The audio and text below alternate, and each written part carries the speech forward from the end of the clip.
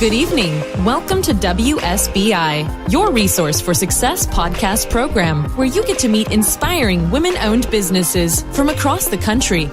And now, for your host, Kimberly McElmore.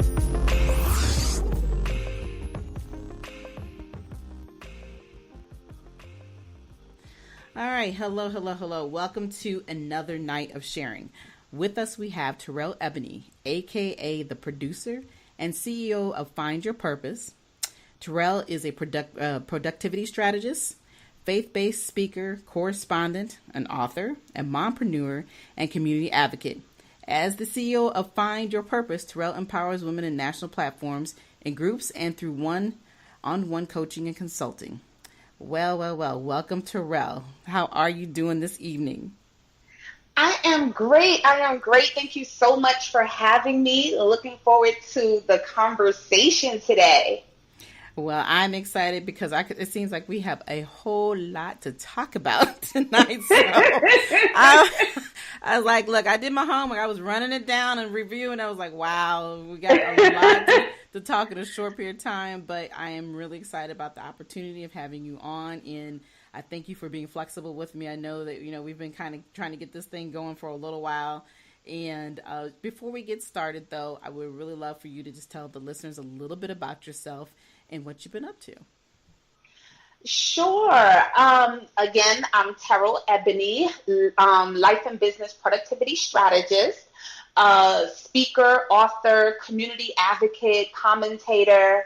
I am the CEO of Find Your Purpose, where I help new and aspiring faith-based entrepreneurs find, embrace, and live in their purpose. I do this using effective time management, organization systems, and the Word of God. I have been an entrepreneur for over 20 years. Before I took on the role of a life and business strategist, I had a nonprofit called the Misunderstood Youth Development Center, where I helped over 100 young men stay out of the New York City prison pipeline. And we gave them a lot of life skills and things of that nature. So that's something that I'm really, some work that I'm really proud of. I also worked with their parents, so I did quite a bit of parent development coaching. And I also ran for New York State Assembly in 2015. So I'm a big community advocate as well. So I've been up to a little bit of something. Yeah, I would say so. Just a tad bit, we don't want you to overwork just a little something. Okay, so you ran down a ton of information, but what I want you to do is just kind of take us a little bit step back even further, and let's talk about where you're from and, how you really got into doing what you're doing and what inspired you to do a lot of these businesses and the different platforms, and then we'll kind of jump into later on about, we'll pick a few things from the different platforms that you have, and we'll talk about that. So tell me about that. So this is good stuff. So I was born in Washington, D.C., raised in Brooklyn, New York, moved to Queens, New York, when I was 25. And then just in May of this year, I moved to Atlanta, Georgia. So now I'm officially a Georgia peach. I'm so excited. But you still got that accent, okay? You're not going to lose that New York accent. I'm not going to lose that New York accent anytime soon. I literally just moved here. And even though I moved here in May, I just spent an entire month in New York. The month of July, I was in New York. So I'm a native New Yorker. And with all of that, my heritage is from Georgetown, Guyana. Okay. So I have a little bit of this and a little bit of that inside of me as far as where I'm from. I have an adult 23-year-old young child. When I tell people that, they're like, you have a 23-year-old? I said, yes, 23 years ago, my life changed. Mm-hmm. And it changed so much. And I always have to go back to it because it became my why. It became the why I do everything that I've done thus far. Why entrepreneurship became so important to me. Because one, I had no idea I was going to have children, because I was always that teenager who was like, I don't want no kids, them brats. I was that teenager. I don't want somebody like me. Like, you want another one of me running around? What's wrong with y'all?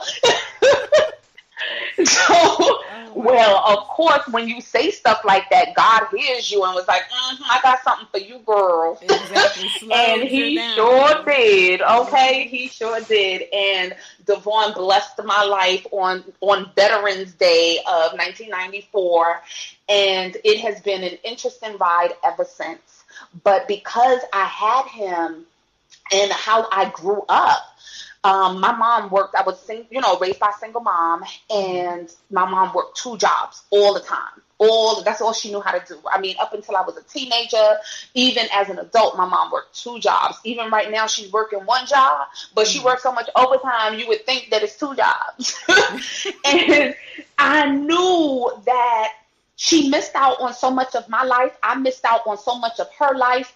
And there was a lot of things that didn't connect because of that. So I tell people I raised myself. I was kind of like that latchkey kid. It was, the only difference is I didn't grow up in foster care or anything like that. But I didn't have certain elements that I really needed. I had a roof over my head. I had food. I had clothes on my back. My mom made sure she did all of that, but which is why she had to work the 2 jobs. So when my son came along, I was like, I don't want that life for him. And I realized, again, generational curse. I had raised him as a single parent. And when the teachers called, when the doctor's appointments came, when anything happened, I knew I wanted to be there with my son. And I knew that I didn't want anybody else to have to, I didn't want to have to call other people to come and pick him up from school and do little things like that. And I found that happening. I was like, oh no, this is not going to work for me. This is not going to work for me. And then I also saw changes in his behavior. Praise God, thank you, Jesus, that I was a good girl. Wink, wink. that my mother didn't really have to, and that's the truth. My mother really didn't have to come up to the school very often for me. I really didn't have to come up to the school at all. Like I did my little, did my little dirt thing, but I did it to the point where I wasn't getting caught. I did it to the point where she didn't have to know about all of it. So when I got older and I started telling her, she was like, what? Well, see, that's what happens when you're not around. You can get away with it. Let me tell you. But, my son, he's a boy. So, boys are, somewhat different from girls. So I saw that he was starting to get into trouble and stuff like that. So I wanted to be the one to come up and bring my village with me. I didn't want to send my village on my behalf. I wanted to bring the village with me. And I said, after a while of getting fired from jobs, quitting jobs, making excuses to the job as to why I could not be there, I said, no, I have to find a way to have flexible time and make money. We got to work this out. So entrepreneurship came real fast. After I had him, after he turned, I would say like about 5 or 6, entrepreneurship became really, became something.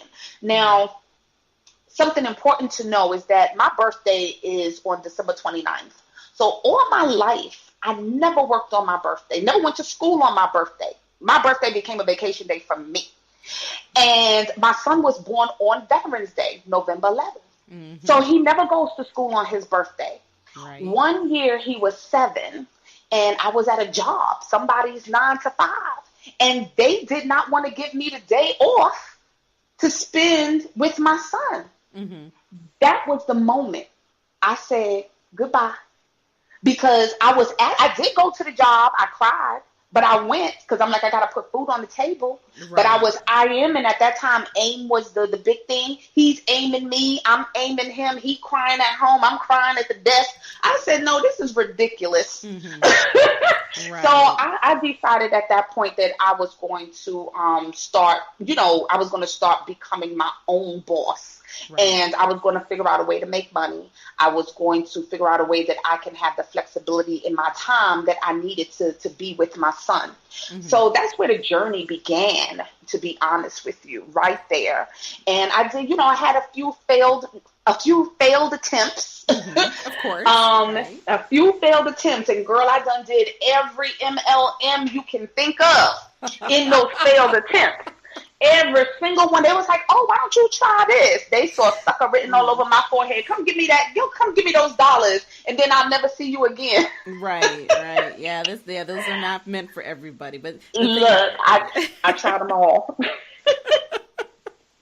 I hear you. So, it's funny. I'm sitting here listening to your story, and I just love the similarities that we have. I'm a single parent, and my son is 30. And, I kind of went through that same process of, not wanting to be away from my child, all the time. Mm-hmm. And it's funny, though, how for you, like I said, a birthday was what really did it for you. The thing that did it for me, that and it was probably around the same time. My son was probably about 5 or 6, and I hated him being in the daycare centers he was in. And one incident happened, and it just drove me over the edge. And from that point on, I was like, my son will never go to another daycare center in his life. And, I know that's right. And from that point, I had actually went ahead and opened up 2 licensed child care centers of my own so that I can make sure that my son was being taken care of during those pre-school years before he actually was in the school. And, and so I'm listening to your story, and I love the attitude that you have about how important it is to be with your child. And I think, like you said, that generational curse that consistently goes on is that, we're always being told as we're being raised that, you got to get education, you got to get a job. You got to get an education, you got to get a job. It's very rare do you hear people say, you got to get your education, then you go out here and then you do for yourself. So it's always pleasant, even though it was I think for all of us as single parents, it's always a longer and harder process.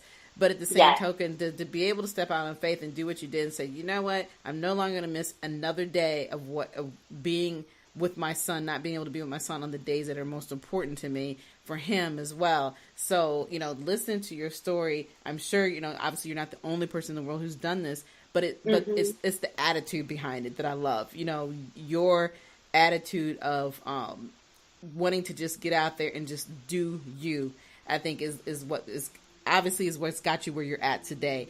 And you're using that same strength into the businesses that you have also as well. And obviously your mother, she did a phenomenal job being able to continue giving you the things that you need. But like you said, there's always those pieces that are missing in life. And I think it's amazing how we become adults and realize that once we bring children into our world, that this is how we want to do it differently. So I applaud you on that. So talk to me though a little bit about the first business that you have. I know you talked about the MLMs, but what, once you got past that, what was the first big real business that made you realize what you had and the power that you had about being an entrepreneur? So the first real entrepreneurship moment, I said, well, what can I do to make some money? Mm-hmm. And at the time I was an director of operations, but the big thing in being a director of operations, I handled a lot of the finances. So I did bookkeeping. So I did I did bookkeeping consulting. I went around New York, and what I did was I applied like if I was sending in a resume, but instead of sending in my resume, I would send in my portfolio of this is how I can change your company, and this is how I can save you money. I can come in and do your books for you. I can do your payroll for you, and you won't have to pay me employee taxes. You won't have to pay me employee health insurance. So I was trying to show them the benefit of hiring me as a consultant, and I also let them know, but I won't be here every day. Like, let's understand what the parameters would be. Right. And it worked. It really worked. Let me tell you, when I got that first client, I was like, I did that. Did I just do that? Right. Did that just happen? It was like, oh my goodness. So, when you get your first job, you're so excited. That first real big job, not the first McDonald's job, but that first real job. You're so excited. So when I got this opportunity, I was like, somebody's actually paying me as an entrepreneur now. I was so excited, and, I did the best work that I could, but it was still a hard sell. And at that time, honestly, I knew nothing about marketing. I knew nothing really about business. I just knew I didn't want to work for somebody. So I was learning so much on the fly. And it was some expensive lessons. I tell people that all the time. There's a lot of times where, people make it seem like it's so easy and it's 1, 2, 3. And I'm like, it's not 1, 2, 3. There's going to be some bumps in the road, and some of those bumps are going to cost you financially. So be prepared. Be prepared. Not every decision that I made was the right decision. Not every client was the right client. There were some people I was like, what was I thinking about, trying to go into business with these people? They're the clients from hell. I want to give them back. Return to sender. Take your money back too. Look, I don't need the aggravation. So all of those things I try to tell people, not all money is good money. Some money you just need to just leave it right where it's at. Leave it right where it's at, because it's not worth the aggravation in the long run. Yes, it's helpful to pay the bills, but you also have to set certain standards for yourself. And you also can't, you don't want to bring your value down so much to basically nothing. If that's the case, go back and work the 9 to 5, So there was a lot of learning lessons there. But from that situation, again, back to my son, I saw that he really started acting out. He didn't really express himself properly. And, the teachers in school wanted to label him. And I'm like, you're not labeling my kid. I know something wrong with you. There ain't nothing wrong with him. I'm like, oh no. And I'm that fair parent though. So I was able to assess. Now you got those parents that something really is wrong with their kid, and they're like, no, ain't nothing wrong with him. He just banged his head on the wall for good measure. Right, exactly. So I'm not that parent. So I knew something was wrong, and I went to try to get him counseling because I knew that he was missing his dad. I already knew what the issue was, but none of the teachers took the time out to find out what the issues were. One day, a teacher called, not even a teacher, the assistant principal called me and was like, Miss Wilson, and I knew it had to be for my son because I'm not Wilson. That's my son's last name. So I was like, oh, Lord, what he done did. And she says, can I just ask you a question? I said, sure, absolutely. She said, what's your son's name? I said, but you calling me. You don't know his name. Right. She said, humor me for a minute. What's his name? I said, his name is Devon. She said, so why did he just tell me his name is Alvin? I said, oh. And I said it just like that. Oh. I said, that's because that's his father's name. Wow. And then she said, oh. Right. And she finally, all the dots connected for her. And I said, it's a cry out for help. And I get it. I tried doing the counseling, but there was no counselors in the neighborhood that would take my insurance and that really dealt with his issues. He didn't have a drug issue. He didn't have a IEP issue. He didn't have, like all the other issues that the insurances will take you under. He didn't have any of those issues. He had abandonment issues. Right, exactly. And there was no place for him to go. Right, that doesn't have a cure with a pill, like you said. Exactly. So I created the Misunderstood Youth Development Center off of that. Okay. Right? And that really started the journey that you're trying to get to with me. My story has a point. Right. But it makes sense. But the other thing I wanted to point out that I like when you were talking about in the portion of the story where you were saying that, I had to, sell myself and make people realize that what my capabilities were. And, even though we have 9 to 5 jobs, when you send in that resume or when you're talking to somebody, you're proving to them that, hey, I can do the job. That's why you need to hire me. So what you did, and even though you may not have the full-fledged experience of what it means to be in business, you had that basic, very understanding that we go through every day when we're working, for somebody else, that, hey, if you don't come in there and present yourself properly, why would I want you to come work for me? So what you did, it made you realize that you could do this for yourself. And the thing that I really loved about the conversation was that you said, look, you don't have to pay me for insurance. You don't have to give me this or that. And that's the thing. That was my marketing strategy, girl. That's as much as I knew at the time. but it's no different than what we do today as consultants. Absolutely. And of course the other name for that is a 1099. It's no different. You are still selling yourself as an individual who can do whatever this expertise that you have in, that you're putting out there for those people who may be looking for a specific, expertise. So the thing the way you started out to me was in a good way. And like you said, obviously we all make mistakes, all, coming up and down the path of being a business owner and being an entrepreneur. But the way you started, and then like I said, you connected all the dots that had to come around. This is the issue of my son, and this is what I need to do to make sure that we can get out of that issue with him and continue to have a healthy relationship as a family and as a mother and a son. And so and then you move forward doing other things. So talk to me a little bit about, we're going to kind of fast forward because time is moving quickly here, but I want to fast forward and talk about the current business and how you strategize with some of your clientele. Now, I'm sure that with your great personality and with all the things that you've learned throughout the years of doing what you're doing, being an entrepreneur, that you obviously use your experience as a way to help others. But talk a little bit about how you strategize with your new clientele. So every client is different. So it's really a matter of, the first thing that I love to do is get to know the client. Mm-hmm. Some coaches, consultants, they jump right on in, right?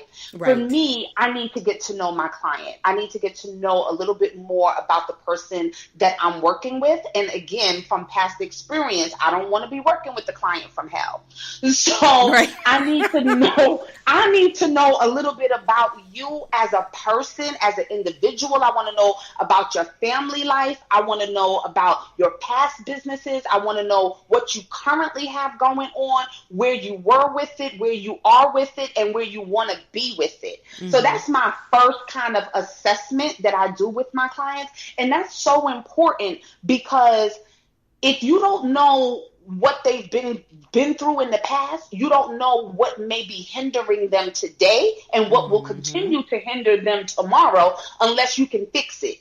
Unless we can get deep down and dirty with it, we are aware of what's going on. We can address what's going on so we can move on from what's going on. Right. I tell people my job is to help you to produce the results that you say you want. I'm the producer. So regardless of whatever it is, that you say you want to do, I'm going to help you get there, as long as you're willing to take the necessary actionable steps to do so. And sometimes it has nothing to do with business. To be honest with you, most times it has nothing to do with business. It's all life. And that's why I don't leave out the life and business productivity strategies. That life part is so important, because if your life jacked up, your business going to be jacked up. Exactly. If your life is in shambles, whether past or present, that means that you don't have the mindset that I need you to have to be as productive in your business as you can be, which ultimately says that you can't produce the results you want to produce, or it's going to take you that much longer to get there. So we have to go backwards, and I'm always dealing with my client's mindset constantly. So why you didn't get that done? Right. Exactly. What happened? What's the excuse? And they know, don't give me no excuse. So what had happened was right. Yeah. So we deal with I deal with all of those things. I say, okay, so let's talk about that. I have too much going on. I didn't get a chance to get to it. So let's talk about that. How I get it, right? Can't cry over spilt milk. Now, what are we going to do What steps, what procedures, what systems are we going to put in place so that doesn't happen again? Because I heard the excuse once. I don't want to hear it again. Mm-hmm. So what strategies are we going to do? What systems are we going to put in place so that this way you create the time that you need, or you make the best of the little time that you do have? So what are you willing to sacrifice? You might have to sacrifice some TV time. You might have to sacrifice some talk time on the phone. You might have to sacrifice some social media. You might have to sacrifice your going out time. You might even have to sacrifice some time with your children. You might have to sacrifice some time with some time with your loved ones. And it might just be a little bit. And it's okay. Have the conversation with them. Exactly. Have the conversation with them. Let them know what's going on. Get them involved. And depending on what it is, I have a client that I recently said this to. She had an event coming up. She has two small kids and she has a husband. She had a book signing coming up, and I heard the little ones running around, and she had so much to do. She's Team I right now, right? Mm-hmm. And I said to her, you ain't never Team I. Never. Not when you got two kids running around your house. Oh, no, you not. I said, go get them and they can do the goodie bags. Right. Y'all have a good old family time doing those goodie bags. They loved it. I said, it's a family time. Let's help mommy get these bags ready. Y'all don't want mommy to have a good book signing? Come on. I said, girl, you got to know how to talk to your kids. Right. That's productive. Right. I said, so now they're doing it and you don't have to do it. Right, and then they're a part of something that it's they're a part of it. Right, yes, and that's they feel like they help mommy. They help the book signing. They help mommy. It was amazing. She says, "Oh my goodness, Terrell, thank you so much for that suggestion, because now they're running around with the book in their hand, talking about, this is my mommy book. You want a copy?" I'm selling books. I say, that's right. They could sell books just like they sell cookies. and that is the truth. But like you said, it's that involvement. And I like how you talk about, really truly assessing and getting to know your clientele. It's not always a black and gray, situation, or, it's not always perfect. So you need to really understand who you're working with before you can move forward with them. And the biggest thing that I heard you say that I agree with 100% is that mindset. If you don't have the right mindset, it does not matter how many things that you say to that person. If that mindset isn't right, they're never going to be able to truly move forward in the direction that they need to move. They will always be stagnant. So, I like how you do business with people and you're really trying to analyze the situation. But at the same time, you're also, trying to make people realize it can be done. But if you got all these excuses, what do you really want to do? Yeah, it's not going to happen. I had to actually terminate a relationship with a client because of that. Mm-hmm. So when you give me way too many excuses, I could continue to take your money. She was paying on time. She was a lovely client. I love her as a human being, but she wasn't doing the work. Right. So I told her, I said, I'm a woman of integrity. And I tell all my clients this in the beginning. So they already know this is how I work. When we have that how I work contract, so you know what to expect from me. Mm-hmm. If you're not going to do the work, we can't work together. This is not, I can't have a conversation with myself. It's not a monologue. It's a dialogue. So I can't coach you by myself. Coaching means that you have someone to coach. Right? So if I'm giving you work, I'm giving you drills, I'm giving you assignments, I'm giving you, things to do, and you're coming back and it's not done, I said, that's an issue. And for me, I don't want you going around saying, oh, I have a coach, I'm in business and I have a coach, she is wonderful. And they say, well, what's her name? Coach Terryl Ebony. And then you turn around and say, well, what you doing in your business? Nothing. Right, but like I said, they're only telling, and 90% of the time they're only telling part of the story. And like I said, the key is that they have to do work. 'Cause I always have those same type of clients where, well, you write the business plan, or where you didn't? No. How am I going to see your vision? I can't tell you what your vision is.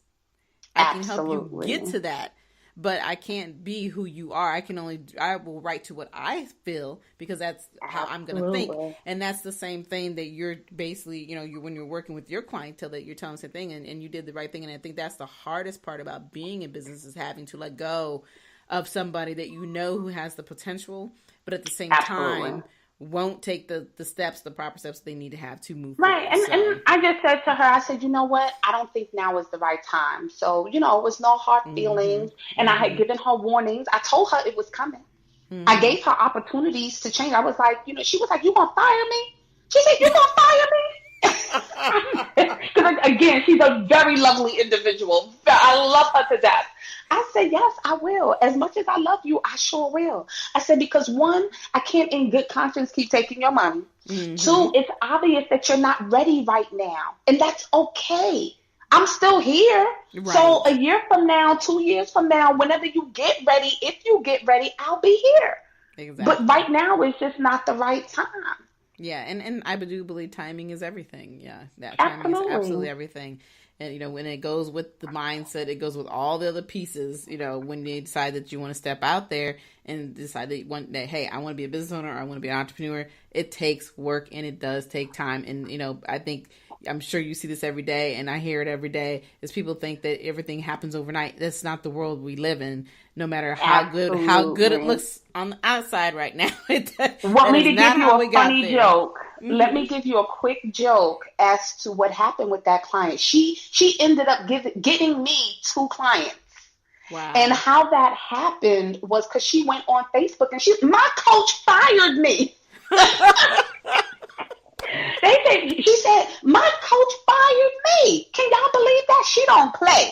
She really said it. She was like, y'all, she fired me. And she outed herself. She was like, if y'all are serious about your business and y'all really want to produce some results, she's going to push you. Y'all need to go hire her. Because she fired me. And 2 people really did call me. Because they said they are ready. And I said, well, I need you on my marketing team, honey. Exactly. I was just figuring that. So you need to put her in an ad commercial or something, because that is funny. That is the best medicine you can give a person. Like, look, this is the reality of what it takes. But, and even though we're laughing about it, but this is, it's important that people understand, that being an entrepreneur, it's going to take work. And it doesn't mean just because you have one successful moment that you can give up. You have to consistently have that same mindset every single day. You got to get up and to be honest, it's no different than having a job, because the difference is that people are depending on you.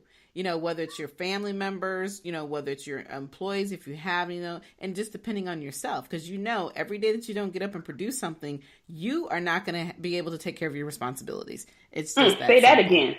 Every day that you don't get up and produce something, you won't be able to take care of your responsibilities.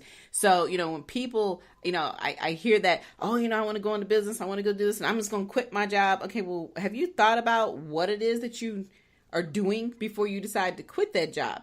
Having streams of revenue, extra streams of revenue is a good thing. And especially when you're trying to start out new, that you need to really truly understand where you're coming from. And, even though your strategies are very different than mine or probably many other people, I always tell people, you got to sit down and plan. If you don't have any plans, you're just running around in circles. So what are you really trying to convey, when you want to say you want to do a business? So I love your spirit and your attitude about how you handle things. And the thing that I love about you the most is that you're real and you're raw. You say what you have to say, but you get to the point, and, you don't have to sugarcoat it and make people feel like, well, if I say it this way, and I'm kind of like the same way. I have one of my friends and my partner and a client, and he's like, always calls me the pit bull. I'm like, yes, I'm the unapologetic truth teller. I'm the unapologetic truth teller. That's what I'm known as, the unapologetic truth teller. I say yes, I say what I say, I mean what I say, it is what I said. Exactly. Because, sugarcoating it is good to a certain extent, but at the end of the day, the real world's out there waiting for you. And so, when you decide to take these steps to want to be in business, they're not going to be kind. They're not, they may think that we're hard, but we're the nice people. But when you get out here and you're trying to do business and you mess up, today people are all about making that extra money on the side, per se. They want to see you in a heartbeat. Absolutely. And I would just, I just want to add real quick, because I know the time is running out, that it's important to understand, because sometimes I tell my story and I never want to give the misconception that I never had to go back, because there were times where I'm like, okay, 2 and 2 is 4, but the bill is 10. So where am I get the other 6 from? Right. So there's been times where I've had to go and still get like a part-time job to fund my dream. I never let go of the vision. Never let go of your vision. And I tell people that all the time. If you want to, don't necessarily haphazardly just leave. Some people have it that they can do that. Right. And if you have a great support system, which I did, so it was a little easier for me. But if you don't have that, plan it out. Plan it out. You know, have a strategy, get your ducks in a row, save some money. You're going to need it. If you don't know marketing, if you don't know business, hire a coach. Or, you know, you can even start off with doing some of the do-it-yourself programs. That's fine and good. But if you're anything like me, you need somebody to push you. You need that accountability. You need that support. You need a live person that you could speak to say, what's this? What you talking about, Willis? I need that. You know, that you need that sometimes. So I'm saying put yourself in a position where you start off right. Put yourself in a position to be great from the beginning. I didn't have that. So God blessed me with the job and the responsibility now to come out and teach you guys how to do this thing and do it right, so that you don't have to make some of the mistakes that I made. You're going to make your own mistakes, but you don't necessarily have to make those mistakes. So you just plan it properly, put things in order, hire people that can help you get to your next best level. Can I say your next best level? Not your friends, not your entrepreneur buddies' best level, not the people that you've been watching on social media's best level, not the celebrity person that you've been following's best level, your next best level. So your next best level might just be a simple plan. It may not actually be the business. It just might be the plan.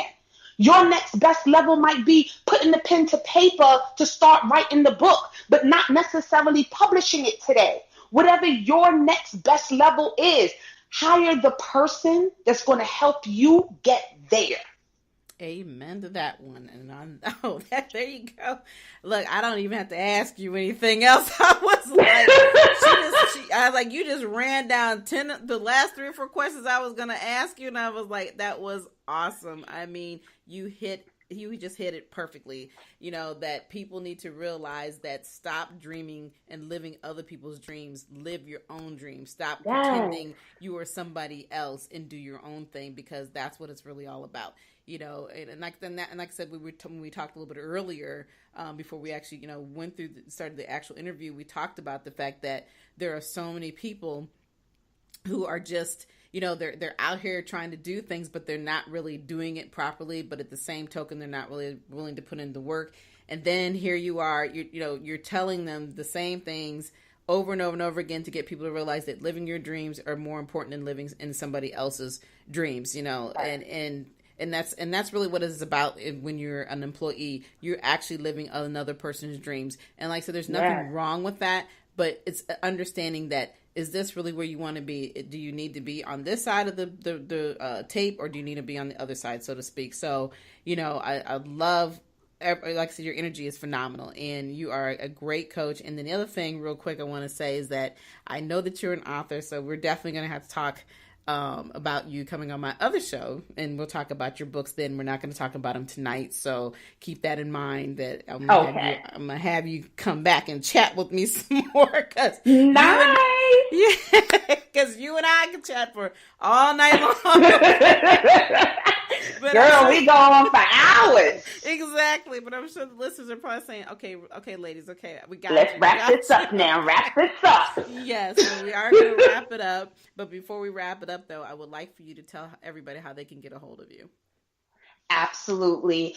So just again, thank you so much for having me on your show. It has been great. I love that God is using you to expand everyone's platform, and you are doing it so diligently. So God bless you for that. Everyone can find me. I'm Terryl Ebony everywhere. Terrell Ebony on all social media sites. I try to make stuff simple. And you can also visit my website at www.terrellebony.com. It's so easy. terrellebony.com. I'm Terrell Ebony everywhere. And it's so, I just want to say that when you are in search for a coach or anybody or anything, do your research. So research me. I ask you, I implore you, research me, find out who I am, find out the works that I've done, look at my testimonies, look at my Facebook page, scroll through my line, see what I'm about, see if I resonate with you before you set up the call. Don't just set up the call just to set up the call. Do your homework first, because I'm going to do my homework on you. Hey, there you go.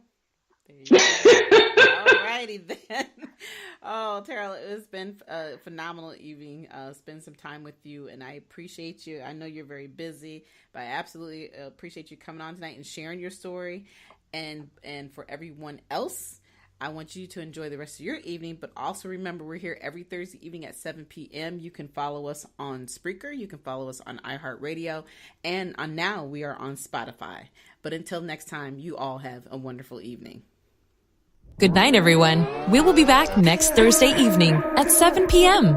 Follow us on Spreaker, www.spreaker.com/user/WSBI. View our new WSBI website anytime at www.wsbillc.com and on Facebook, Twitter, YouTube, LinkedIn, and Instagram.